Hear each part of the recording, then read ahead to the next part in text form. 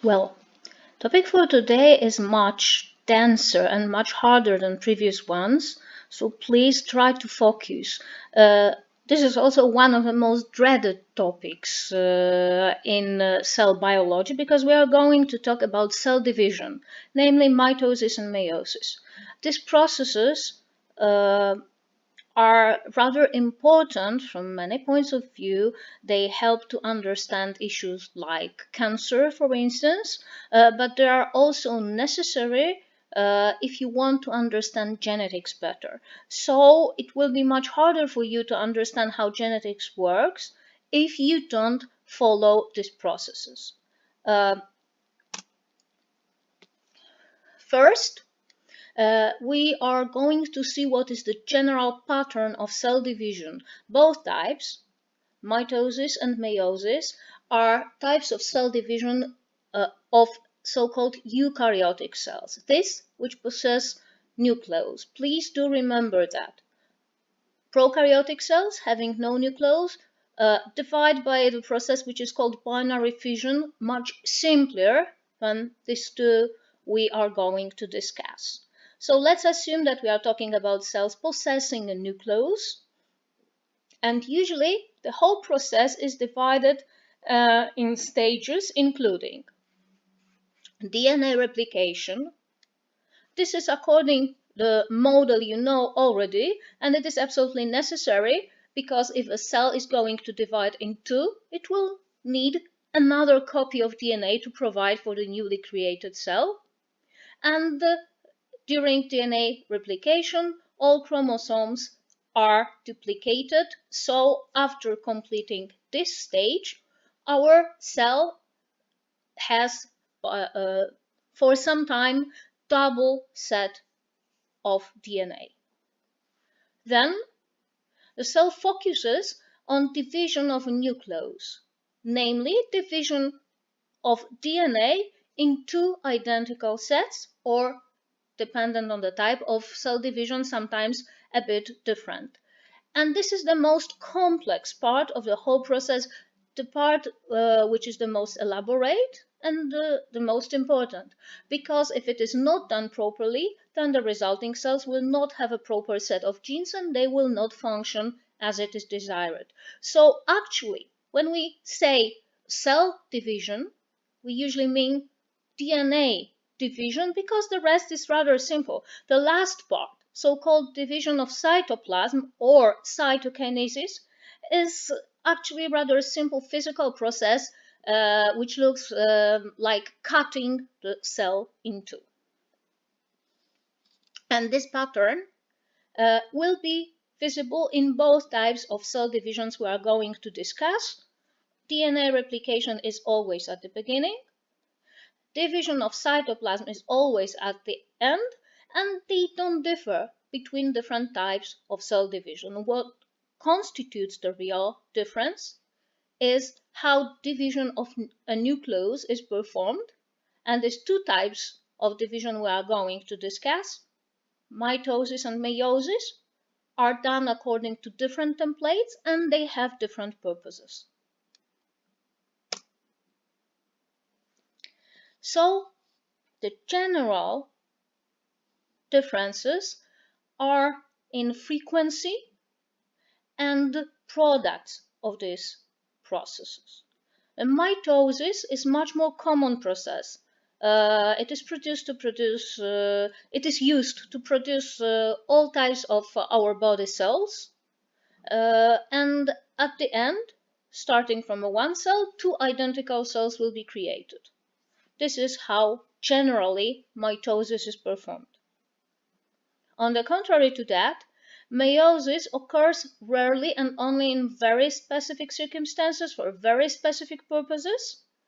And also on the contrary to mitosis, starting from one diploid cell, 4 haploid cells will be produced and they are different. So, assuming that we start from the one diploid cell, in mitosis we get 2 diploid identical cells, while in meiosis we get 4 different haploid cells. This is quite a complex issue, and this is why this lesson is rather thick with information and will demand your attention. The whole process of cell division is divided into stages. Basically, they are prophase, metaphase, anaphase, and telophase, followed by cytokinesis, and now we are going to discuss them step by step. The prophase is the most complex of all phases of mitotic division. Mitosis, as you should remember, was preceded by DNA replication, and due to that, chromosomes you can find in such a cell entering mitotic division. Chromosomes are made of two identical chromatids, each of them being identical copy. Due to that, resulting cells will be equally provided with DNA. But as we also said during the lesson about chromosomes, long loose strings are hard to manipulate, so one of the first events during mitotic prophase is so-called chromosome condensation. If you don't remember what is this process, please go back to the previous presentation and check it. In general, a loose DNA string supercoils as long as it is needed to get short and thin and thick. In this form, chromosomes are much easier to manipulate, and as you can see in this X-shaped state, they will be manipulated with during the whole cell division. By the way, the nuclear envelope will disappear. Having so many chromosomes in the nucleus, it would be impossible to segregate them properly within this limited space. So, for the time of cell division, nucleus disappears, all other processes in the cell stop, and the whole cell is used to divide chromosomes properly in two sets. So during prophase, not only chromosomes condense in the nucleus to this X-shaped form and become visible in the nucleus, but they also will be let to move all over the whole cell. And also in prophase, so-called mitotic spindle forms. You can see that there are two objects which are called centrosomes. In my opinion, you don't have to remember this name. Centrosomes will produce long fibers which will not only elongate towards the middle of the cell, but by the way, they will grab chromosomes in their central part, which is called centromere. So, during prophase, fibers will grow, forming mitotic spindle, and these fibers will grab chromosomes to position them properly within the cell. The role of these fibers is to help chromosomes move. They are not able to move in any controlled way on their own. So if a cell is going to place them properly, and it is, then it must be done using this specific structure which is called mitotic spindle. Mitotic spindle made of fibers will manipulate with chromosomes this way that they will be placed correctly, what makes the whole division much easier and safer. These diagrams are simplified, but if you'd like to see how it looks like in a real cell, here you've got a micrograph. You can see that on the contrary to the cell which is not going to divide, the prophase is relatively easy to recognize on the micrograph, because from this moment in the nucleus, thick worm-like structures become visible, and these are condensing chromosomes. So if you look at the micrograph and see such a cell with a nucleus with worm-like things in the nucleus, you can say almost for sure that the cell is in the prophase of mitotic division. It looks like that. The next stage is metaphase. We've mentioned that growing fibers of mitotic spindle help to move chromosomes around the cell. But this movement is not random. The aim of this movement is to place all of them in the middle, in the equator of the cell.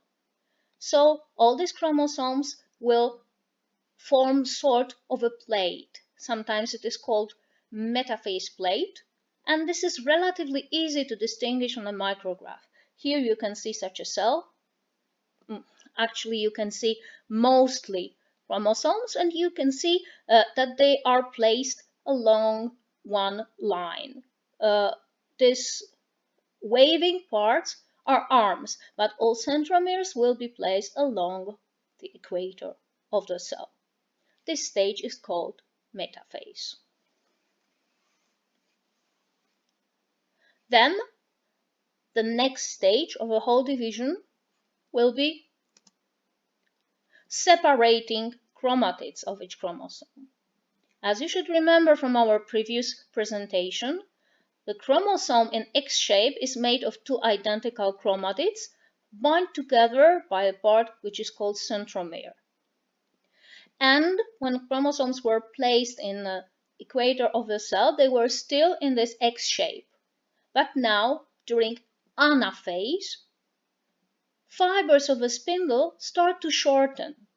By shortening, they pull on chromatids in opposite directions, so centromeres break, and from this very moment, each chromatid becomes a separate chromosome, a single chromosome. So there are no longer two identical copies bound together. From this moment, each of them becomes a separate chromosome, and fibers shorten farther and farther to finally segregate chromosomes into two opposite groups. Each of these groups will contain identical set of genes.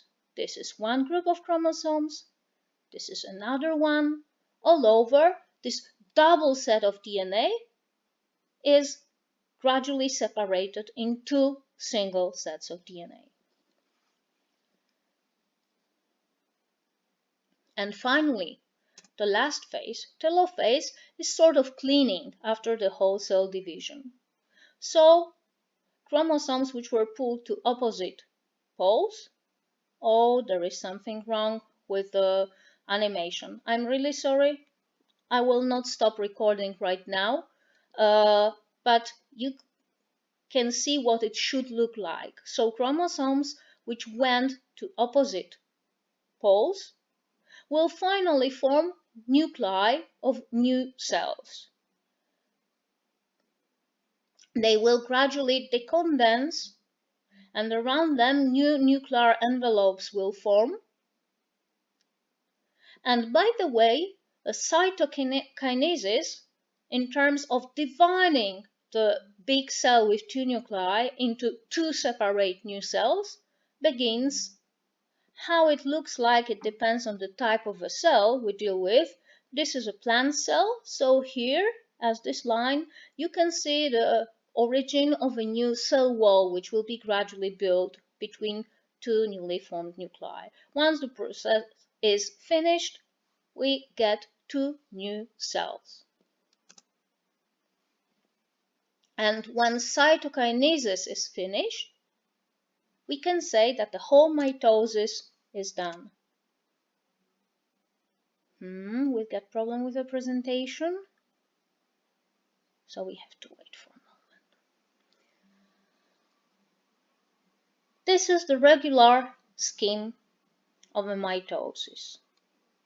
Prophase, metaphase, anaphase, and telophase, and together with telophase, which is finishing with DNA segregation, cytokinesis comes, which is physical cutting of this cell into separate cells. And we can say that it is over.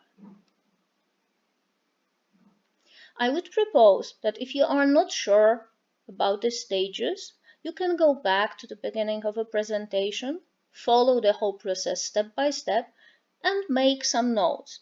You can also try to fill exercises in the exercise book which are mentioned in the homework on Librews and which are good to check how much you learned from this part. Make sure that you understand the whole process of mitosis fully, because in a moment we are going to start talking about meiosis, and it is impossible to understand it if you don't get mitosis well. So let's follow. We've looked at the long process of precisely dividing one cell into identical cells. But you could ask a question, why? What's the point? Why does the organism need new cells? So this is, in general, usually done for one of three potential reasons. If organism is going to grow, it will need new cells to make itself bigger, and then these new cells are produced by mitosis to provide the set of brand new cells, but they should be genetically identical with previous ones, so mitosis is a perfect process to produce them. It is also used for tissue regeneration. If some cells were damaged by some trauma or disease, then tissue regeneration is done by producing new cells, and the only process which is used for that is mitosis. And finally, mostly for unicellular organisms, but also for some multicellular ones, mitosis can be used for asexual reproduction. So new cell or bunch of new cells are produced and then separated from the maternal organism, and they start new separate life. So for asexual reproduction, mitosis is a way of producing a new organism, which will be, of course, genetically identical with the original one. That, if we mention reproducing, mitosis is problematic, because whatever you do, mitosis produces only identical cells. And it means that there is no genetic variation between produced organisms. What is a problem?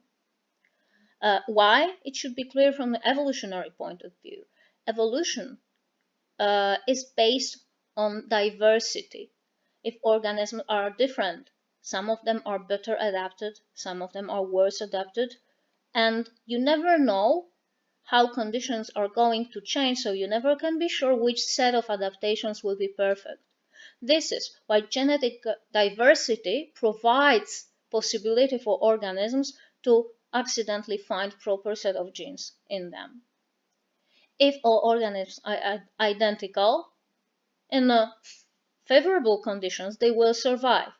But if conditions change in a bad way, then being genetically identical, they will be identically affected by the change of conditions, and they can just die. So this is not what would be safe for the gene line. And due to that, many organisms, instead of producing identical clones, prefers sexual reproduction, because this is a way of producing offspring which is not identical with parents. And being so diverse, the offspring has much bigger chance of survival if environmental conditions change. But this way of reproducing requires producing different cells. And for this purpose, organisms have meiosis. This is a process used exclusively for gamete production. So, on the contrary to mitosis, which is used for many different purposes by all types of cells, meiosis will be performed in organisms only to produce gametes, egg cells or sperm cells, and only when the organism is going to reproduce.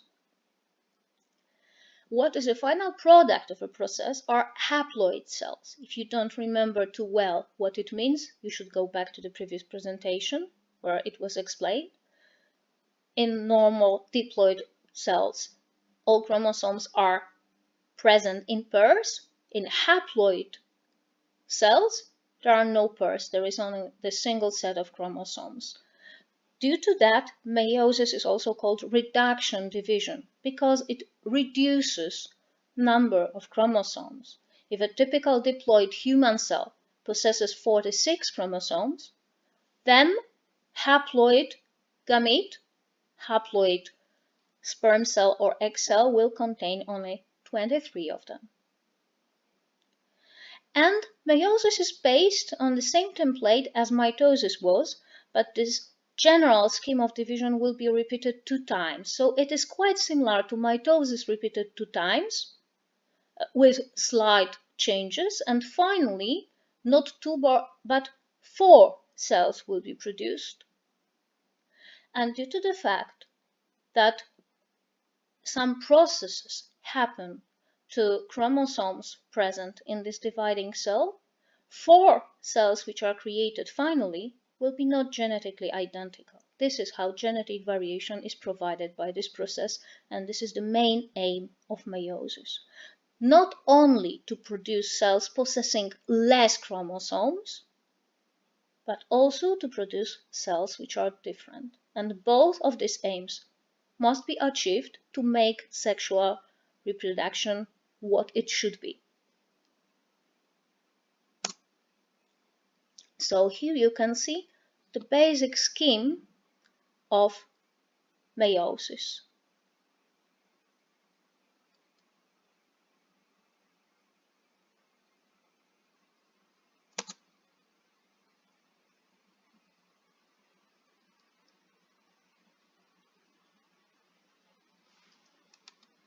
We'll see the whole process even once more to see how it works. So, from a single cell, first, 2 cells will be created by the division resembling mitosis, but with slight changes. As you can see from this very moment, having 2 cells, you can see the first stage once more. At the beginning of this first stage, we get finally 2 cells which have not 4 chromosomes as originally, but 2. Or dependent on the original number of chromosomes, whatever it was, in the resulting cells it will be reduced by half. After completing this stage, each of the produced cells will undergo another division quite similar to mitosis, and finally 4 different cells will be produced. I understand that on this diagram it's much harder to follow this process, so it was only to give you the general idea, but details will be discussed later step by step. Try to look at the diagram which is going to appear in a moment. Do it very, very carefully. We'll repeat it at least twice to help you understand how it looks like. Look at chromosomes.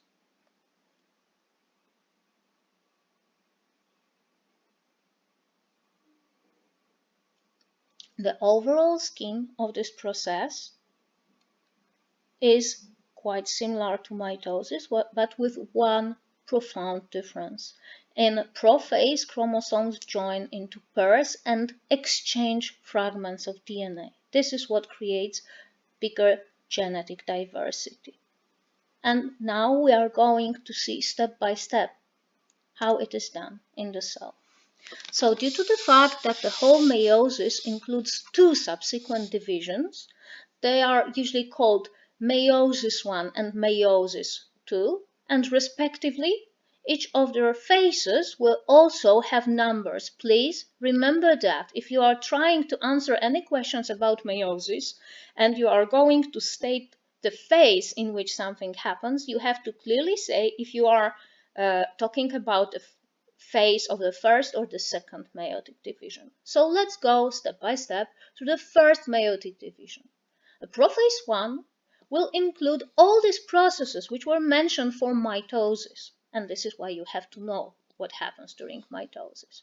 Chromosomes will supercoil, getting this X shape and becoming visible in the nucleus. Nuclear envelope will disappear and mitotic, or in this case meiotic spindle will form. So these 3 steps are absolutely identical as they were for mitosis. But here there will be one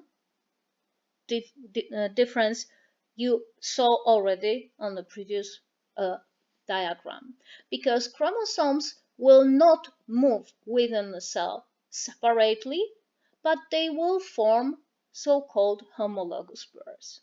And from this moment till the end of a first meiotic division, whatever happens to chromosomes happens to actually homologous pairs of them. This will be the manipulation unit for the first division.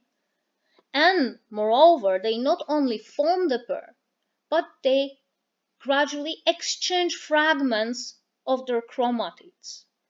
So at the end of the process, as you can see on this diagram, there are no longer identical chromatids within each of them. How does it happen? The process of coupling two homologous chromosomes together is called synapsis. Synapsis joins them together, places them very, very close, and enables them to place their chromatids side by side. So when you look at one chromosome possessing its own genes, and as you know, such a chromosome is made of two identical chromatids. You look at the homologous one having the same length and the same set of genes but slightly different in some details. It is also made of two identical chromatids. Then in the process of crossing over, they cross chromatids and swap fragments of their sequences. So finally, at the end of this process, they have still the same length, still the same general set of genes, but some variants of them, which were originally present in the opposite chromosome, are now here, and vice versa. Due to that, after completing so-called crossing over or DNA recombination, you get still two chromosomes, still each of them has two chromatids, but no longer they are identical chromatids. This one and this one are left as they were from the very beginning. This one and this one have new sets of bases, and this is why they are called recombinant chromatids. After these processes, we may be sure that resulting gametes will possess unique combinations of genes which were not present in the organism from which they originate. This is how diversity of genes in the resulting offspring is provided. And here you can also see once more how the whole process is performed. Oh, something happened to the presentation? Bad luck. So, to clarify a bit, even without animation, I don't know what happened to the animation, really. In all cells of the adult organism, there will be two sets of chromosomes. One of them, in this case depicted by yellow, green, and black, coming from the mother of the individual. Another one, here it is navy blue, pink, and gray, coming from a father of the individual. And in the functioning organism, they are all mixed within cells, so it doesn't matter for the regular functioning of the organism where they come from. But when the gamete is going to be produced, then it matters a bit, because chromosomes form homologous pairs in the dividing cell, side by side, and they will, as you saw on the previous diagram, exchange fragments of their chromatids. So at the end of this process, there will be new combinations of alleles which were not present at the very beginning. So for instance, the yellow chromosome from mother will swap parts with navy blue chromosome from father, and to the offspring such a combination may be passed that it will contain some of genes from a grandmother and some of genes from a grandfather. And here you can see the whole process on another diagram. Due to these new combinations, which can be created due to the process of crossing over, the huge variation of gametes is provided. It means that even if two individuals form the couple for life and they will always reproduce with each other, still their gametes will be so diverse that offspring will be quite different, and no models of DNA will precisely repeat in them. Now, after completing the prophase 1 with its crossing over, the cell will process with the rest of first division. Metaphase 1 resembles metaphase from mitosis, with this exception that what forms the line in the equator are not individual chromosomes but their homologous pairs. The rest looks exactly the same as it was in a mitosis. So chromosomes are pushed and pulled by fibers, and finally they form a line in the equator of a cell by pairs, homologous pairs, and now you can easily predict what will follow in the next stage. Of course, fibers will start shortening and they will pull to opposite sides. But what is pulled this time are not chromatids but the whole homologous chromosomes. So one X-shaped chromosome will go to the one pole, while its homologue will go to the opposite pole. This is the moment from which the number of chromosomes is reduced. The cell from the previous stage had 4 chromosomes together, but from this moment they are separated in 2 sets, each of them containing 2 chromosomes, and after completing this division, you will have 2 cells with the number of chromosomes reduced by half. So of course the pulling will last for some time, and finally chromosomes will be placed in 2 groups at 2 opposite poles of the cell. And now we come to the difference between mitosis and meiosis. Telophase 1 will of course end with cytokinesis, and the cell will be cut in 2, each of resulting cells containing only half of the original number of chromosomes.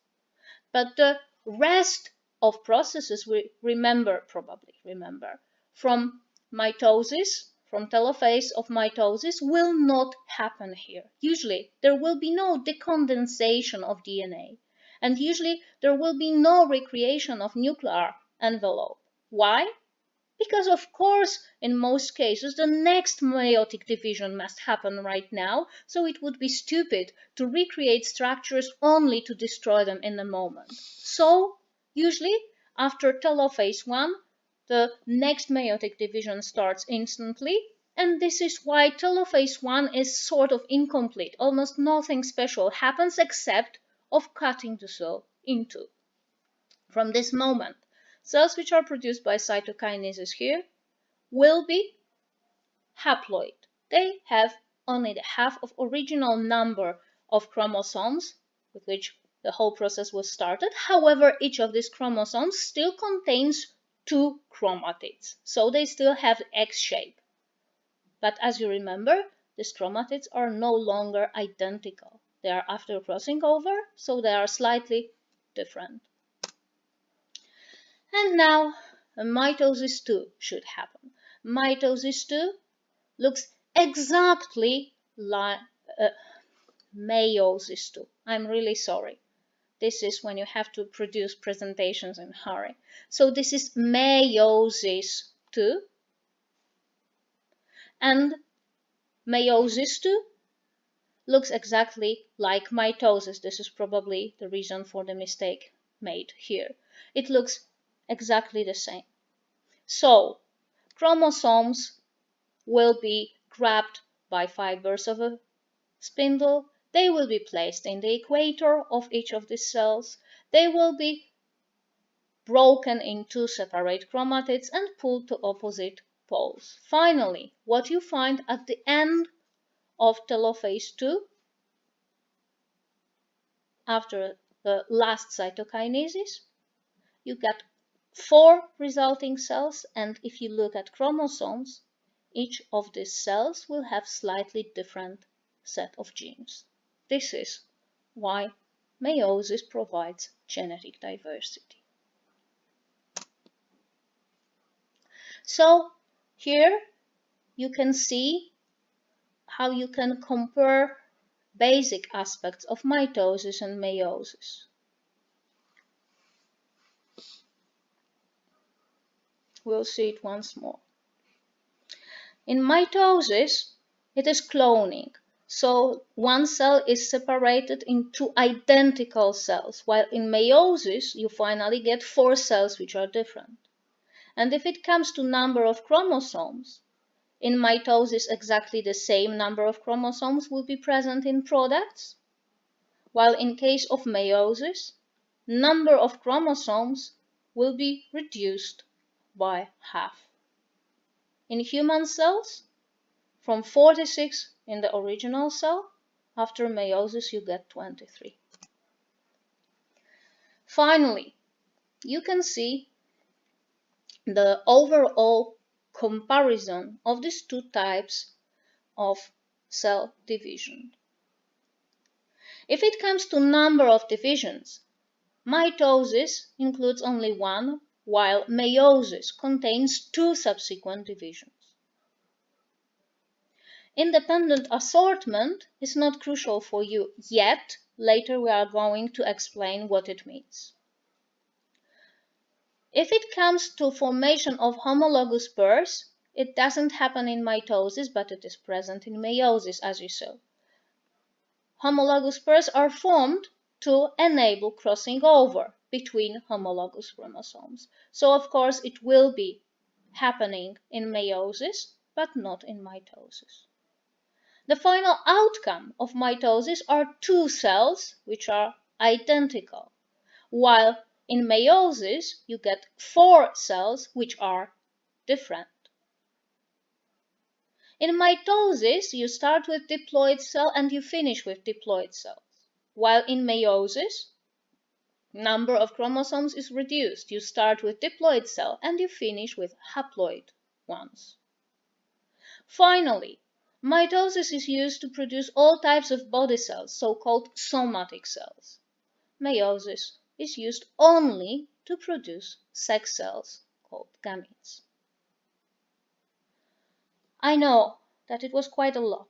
I know that it is absolutely not enough to listen to all these things at once and absorb everything, especially due to the fact that you get no opportunity to ask questions. But the more, in this case, you need repeating some fragments, checking problematic parts in your textbooks, and finally filling exercises to make sure that you understand everything. And now, my dear students, I would like to propose to you right here, but I will also do it by sending you information via Librus. I would propose to you that who is interested in clarifying some things, asking questions and so on, the next week will be given an opportunity to contact me via Skype and discuss problematic issues. I will produce sort of announcement for you by Librus, and you can answer me during the weekend to find the proper moment for asking these questions. Goodbye, prepare for the next presentation, which will be about real genetic issues, inheritance of traits.